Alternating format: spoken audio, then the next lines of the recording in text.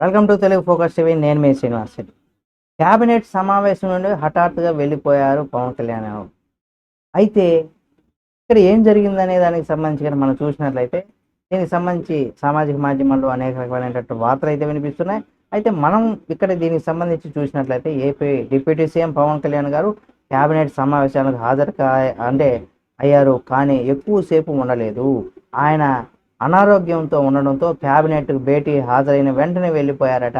అయితే పవన్ కళ్యాణ్ గారు ఇటీవల ఆరోగ్య పర్యటనలో ఉన్నప్పుడు కూడా సింగపూర్లో తన కుమారుడి అగ్ని ప్రమాదం గురించి తెలిసిందే.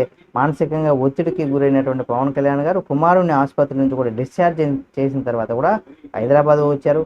కానీ ఆయన అలసటకు గురయ్యారు. ఈ కారణంగా ఆయన సతీమణి అన్న లెజినోవా ఒక్కరే తిరుపతికి వెళ్ళి మొక్కులు సమర్పించుకొని వచ్చేశారు. అయితే కేబినెట్ భేటీ కోసం ఆయన అమరావతికి వచ్చినప్పుడు కూడా ఆరోగ్యం సహకరించలేదు. కేబినెట్ సమావేశానికి హాజరై కూర్చోలేని పరిస్థితిలో ఉండడంతో ఆ విషయం చెప్పి వెళ్ళిపోయారు. కేబినెట్ భేటీ ఫోటోల్లో కనిపించని పవన్ కళ్యాణ్ గారని కూడా చెప్పుకోవచ్చు. అంటే ఈ సమావేశం గురించి ప్రభుత్వం సమాచార మంత్రిత్వ ఫోటోలు రిలీజ్ చేసింది. ఈ ఫోటోల్లో పవన్ కళ్యాణ్ గారు కుర్చీ ఖాళీగా ఉంటుంది. దీంతో అందరూ పవన్ కళ్యాణ్ కేబినెట్ సమావేశానికి రాలేదు అని ఆరా తీయడం ప్రారంభించారు. అయితే అధికార వర్గాలు మాత్రం పవన్ కళ్యాణ్ గారు కేబినెట్ సమావేశానికి వచ్చారని, కానీ అనారోగ్యం కారణంగానే ఉండలేకపోయారు, వెళ్ళిపోయారని కూడా క్లారిటీ ఇచ్చారు. అయితే పవన్ కళ్యాణ్ గారు గత కొంతకాలంగా అనారోగ్యం కారణంతో 1-2 సార్లు కేబినెట్ సమావేశాలకు కూడా హాజరు కాలేదు.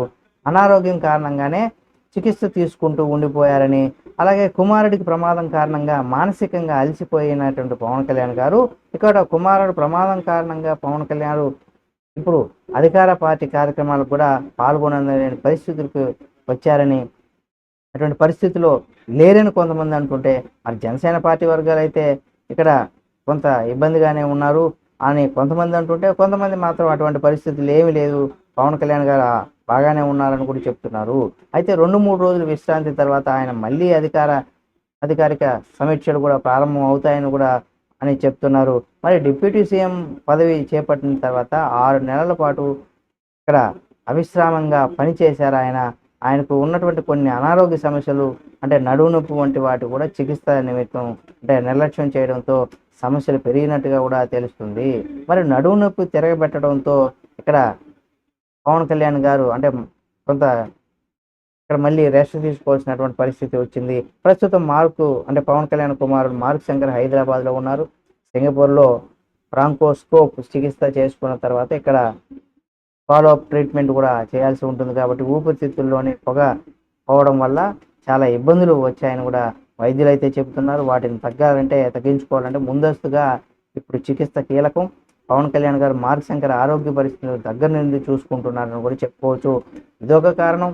అలాగే రెస్ట్ లేకుండా ప్రజల కోసం అనేకమైనటువంటి సమీక్షలు, అలాగే ఆయన పర్యటనలు ఎక్కువగా ఉండడం, ఇవన్నీ కూడా ఆయన ఆరోగ్యానికి కొంత సహకరించలేకపోయింది. ఆరోగ్య పరిస్థితి కూడా అంతంత మాత్రానికే చేరిందని చెప్పుకోవచ్చు.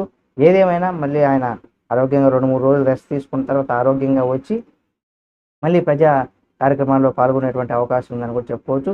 కాబట్టి మీరు తప్పనిసరిగా ఈ వీడియో మీకు నచ్చితే లైక్ చేయండి. మీ అభిమాన పొలిటికల్ లీడర్ ఎవరనే దానికి సంబంధించి కూడా కామెంట్ రూపంలో తెలియచేయండి. పవన్ కళ్యాణ్ గారు మీకు నచ్చినట్లయితే మన ఛానల్ సబ్స్క్రైబ్ చేసుకొని పక్కనే ఉన్నటువంటి బెల్ బటన్ నొక్కి ఆయన మీద మీకు ఎంత అభిమానం ఉందో తెలియచేయండి. మరిన్ని వీడియోలను కూడా ఆయనకు సంబంధించి మీ ముందుకు తీసుకొస్తుంది మన తెలుగు ఫోకస్ టీవీ ఛానల్.